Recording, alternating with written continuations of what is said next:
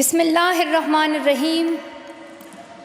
In the name of God, the most merciful, the most beneficent. Your Majesties, Your Royal Highnesses, distinguished members of the Norwegian Nobel Committee, dear sisters and brothers, today is a day of great happiness for me. I'm humbled that the Nobel Committee has selected me for this precious award. Thank you to everyone for your continued support and love. Thank you for the letters and cards that I still receive from all around the world. Your kind and encouraging words strengthens and inspires me. I would like to thank my parents for their unconditional love. Thank you to my father for not clipping my wings and for letting me fly.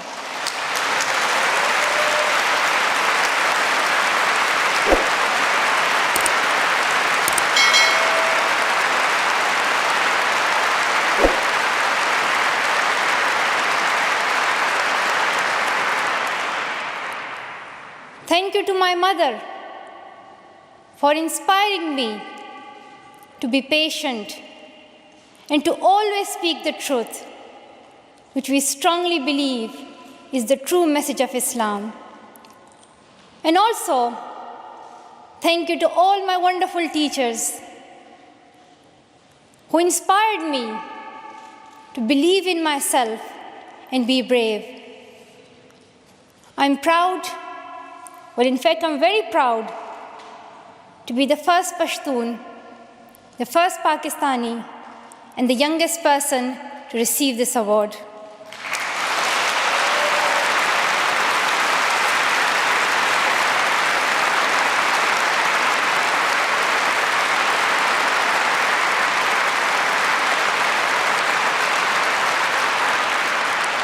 Along with that, I'm pretty certain that I'm also the first recipient of the Nobel Peace Prize who still fights with her younger brothers. I want there to be peace everywhere, but my brothers and I are still working on that.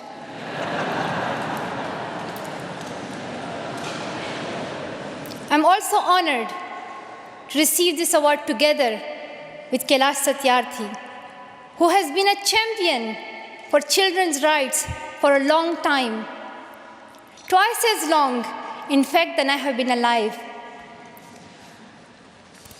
I'm proud that we can work together. We can work together and show the world that an Indian and a Pakistani, they can work together and achieve their goals of children's rights.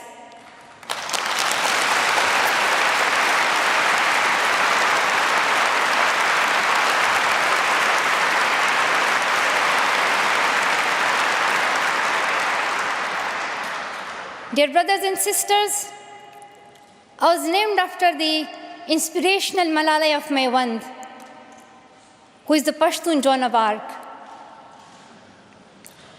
The word Malala means grief-stricken, sad. But in order to lend some happiness to it, my grandfather would always call me Malala, the happiest girl in the world. And today, I'm very happy that we are together fighting for an important cause.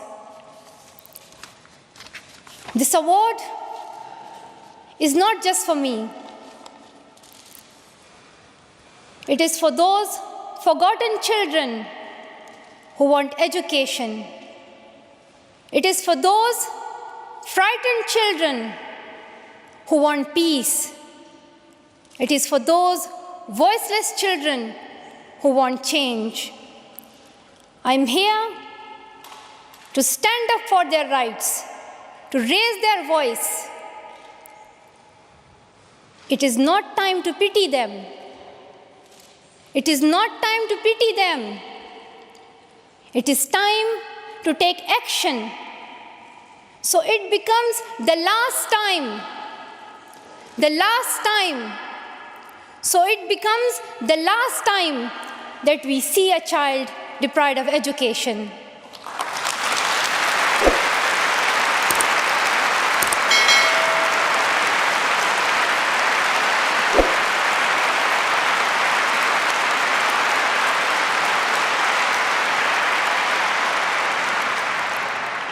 I have found that people describe me in many different ways. Some people call me the girl who was shot by the Taliban, and some the girl who fought for her rights. Some people call me a Nobel laureate now. However, my brothers still call me that annoying bossy sister.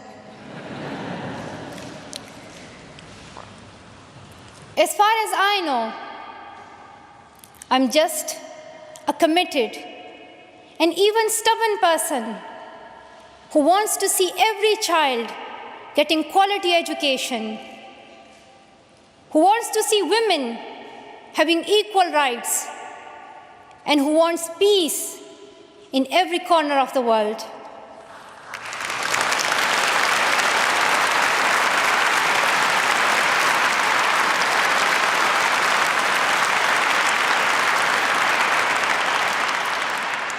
Education is one of the blessings of life and one of its necessities. That has been my experience during the 17 years of my life. In my paradise home, Swat, I always loved learning and discovering new things. I remember when my friends and I would decorate our hands with henna on special occasions.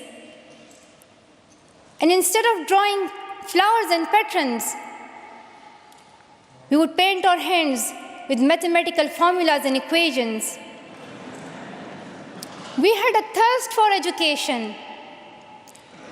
We had a thirst for education because our future was right there in that classroom. We would sit and learn and read together. We loved to wear neat and tidy school uniforms. And we would sit there with big dreams in our eyes. We wanted to make our parents proud and prove that we could also excel in our studies and achieve those goals which some people think only boys can. But things did not remain the same. When I was in Swat,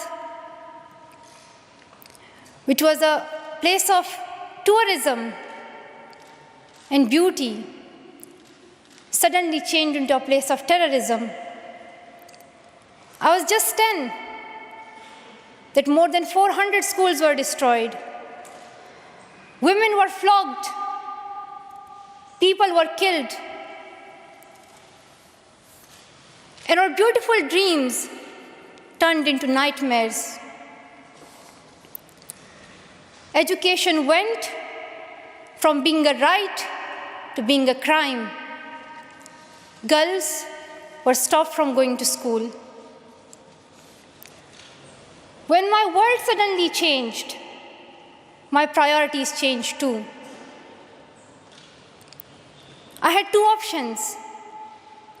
One was to remain silent and wait to be killed.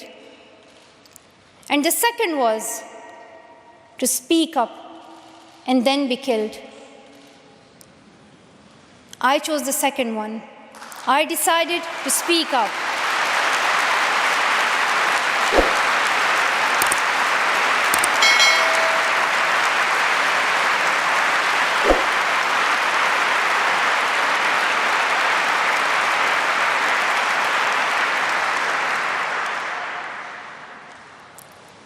We could not just stand by and see those injustices of the terrorists, denying our rights, ruthlessly killing people, and misusing the name of Islam, we decided to raise our voice and tell them, have you not learned that in the Holy Quran Allah says, if you kill one person, it is as if you kill the whole humanity?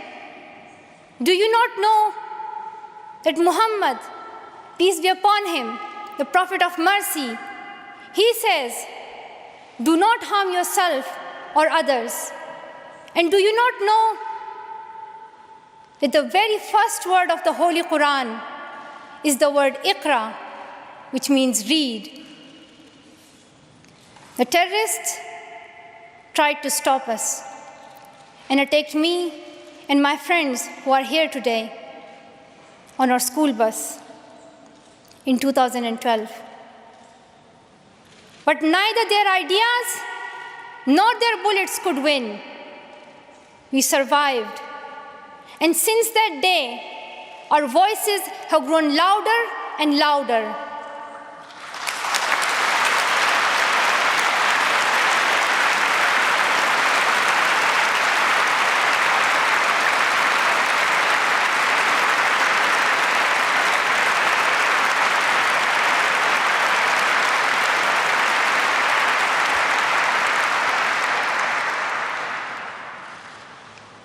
I tell my story not because it is unique, but because it is not. It is the story of many girls. Today, I tell their stories too. I have brought with me some of my sisters from Pakistan, from Nigeria, and from Syria who share this story.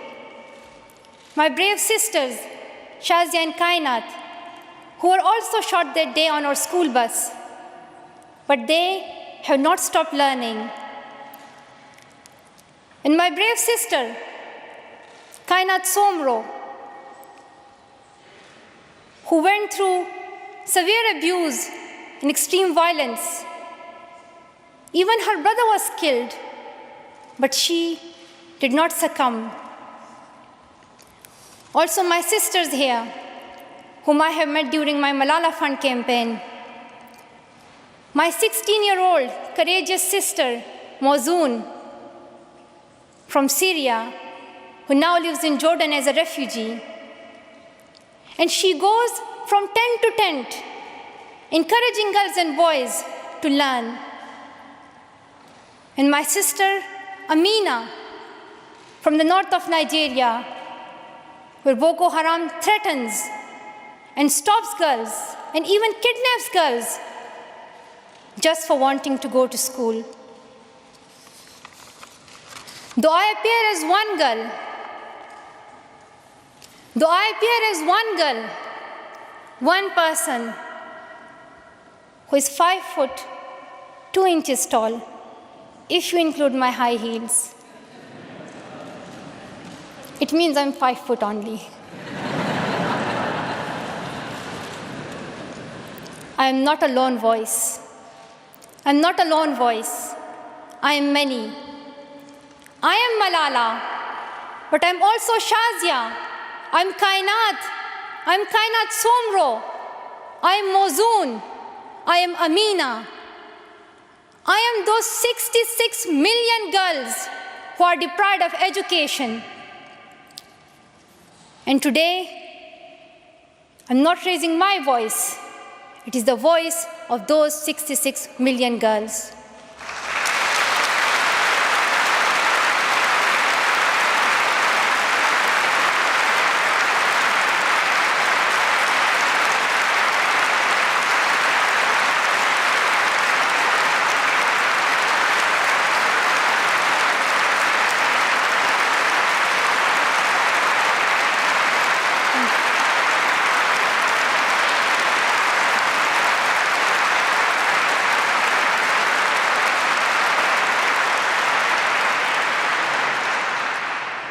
Sometimes people like to ask me, Why should girls go to school?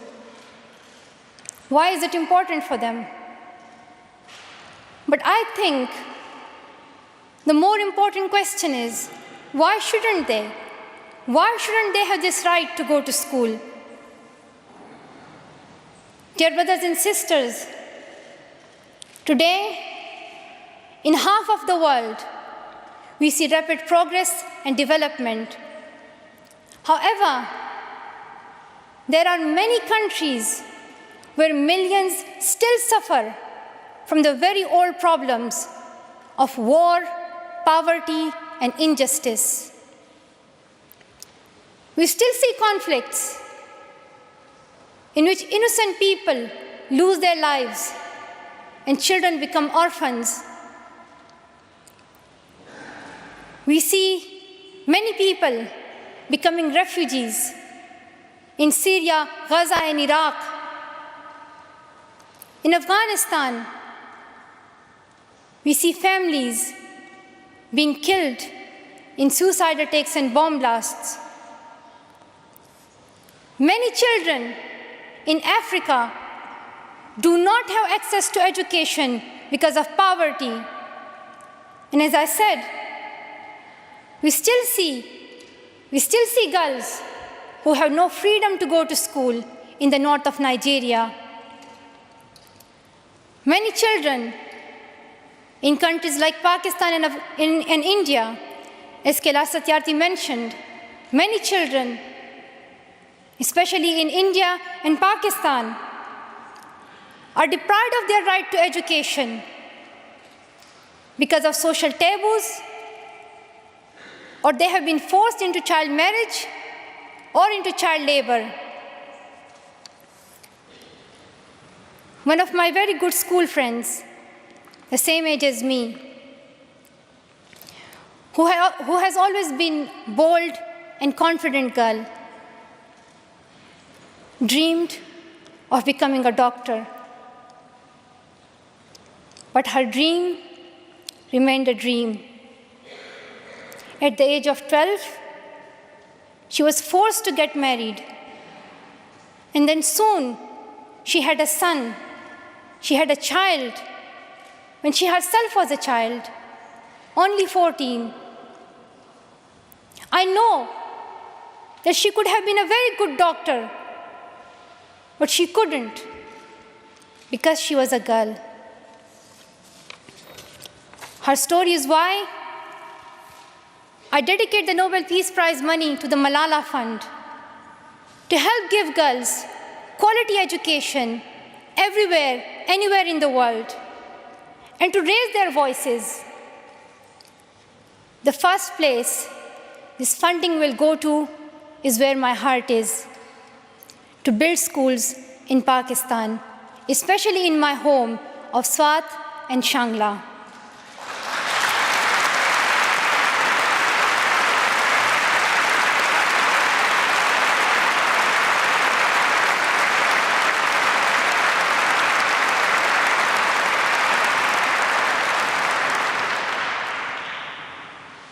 In my own village, there is still no secondary school for girls. And it is my wish and my commitment, and now my challenge, to build one so that my friends and my sisters can go there to school and get quality education, and they get this opportunity to fulfill their dreams.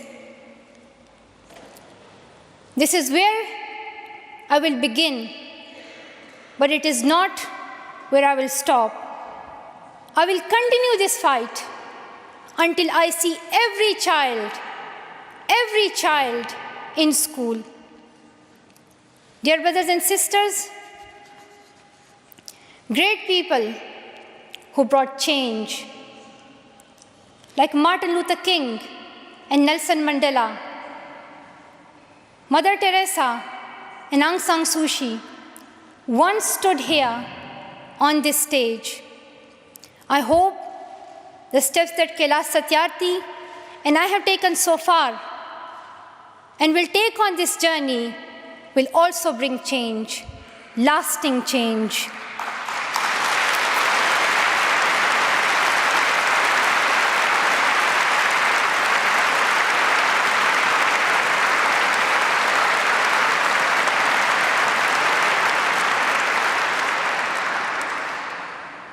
my great hope is that this will be the last time. This will be the last time we must fight for education. Let's solve this once and for all. We have already taken many steps. Now it is time to take a leap. It is not time to tell the world leaders to realize how important education is. They already know it. Their own children are in good schools. Now it is time to call them to take action for the rest of the world's children. We ask the world leaders to unite and make education their top priority. 15 years ago, the world leaders decided on a set of global goals, the Millennium Development Goals. In the years that have followed, we have seen some progress. The number of children out of school has been halved, as Kailash Satyarthi said. However, the world focused only on primary education, and progress did not reach everyone. In year 2015, representatives from all around the world will meet in the United Nations to set the next set of goals, the Sustainable Development Goals. This will set the world's ambition for the next generations. The world can no longer accept that basic education is enough. Why do leaders accept that for children in developing countries, only basic literacy is sufficient when their own children do homework in algebra, mathematics, science, and physics? Leaders must seize this opportunity to guarantee a free, quality, primary and secondary education for every child.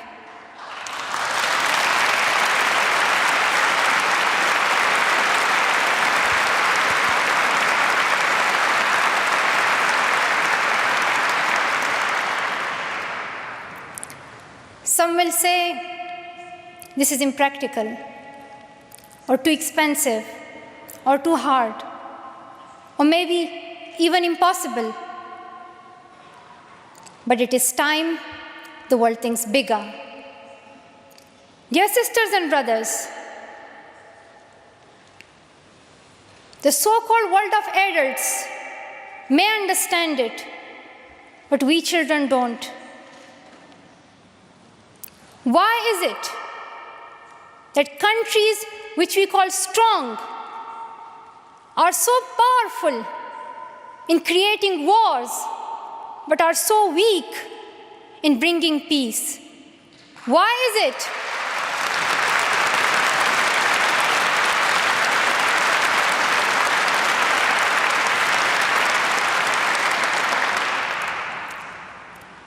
Why is it that giving guns is so easy, but giving books is so hard?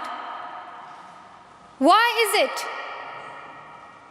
Why is it that making tanks is so easy, but building schools is so hard? We are living in the modern age, and we believe that nothing is impossible. We have reached the moon 45 years ago, and maybe we'll soon land on Mars. Then, in this 21st century, we must be able to give every child quality education. Dear sisters and brothers, dear fellow children, we must work, not wait. Not just the politicians and the world leaders, We all need to contribute. Me, you, we. It is our duty. Let us become the first generation to decide to be the last. Let us become the first generation that decides to be the last, that sees empty classrooms, lost childhoods, and wasted potentials. Let this be the last time that a girl or a boy spends their childhood in a factory. Let this be the last time that a girl is forced into early child marriage. Let this be the last time that a child loses life in war. Let this be the last time that we see a child out of school. Let this end with us. Let's begin this ending together, today, right here, right now. Let's begin this ending now. Thank you so much.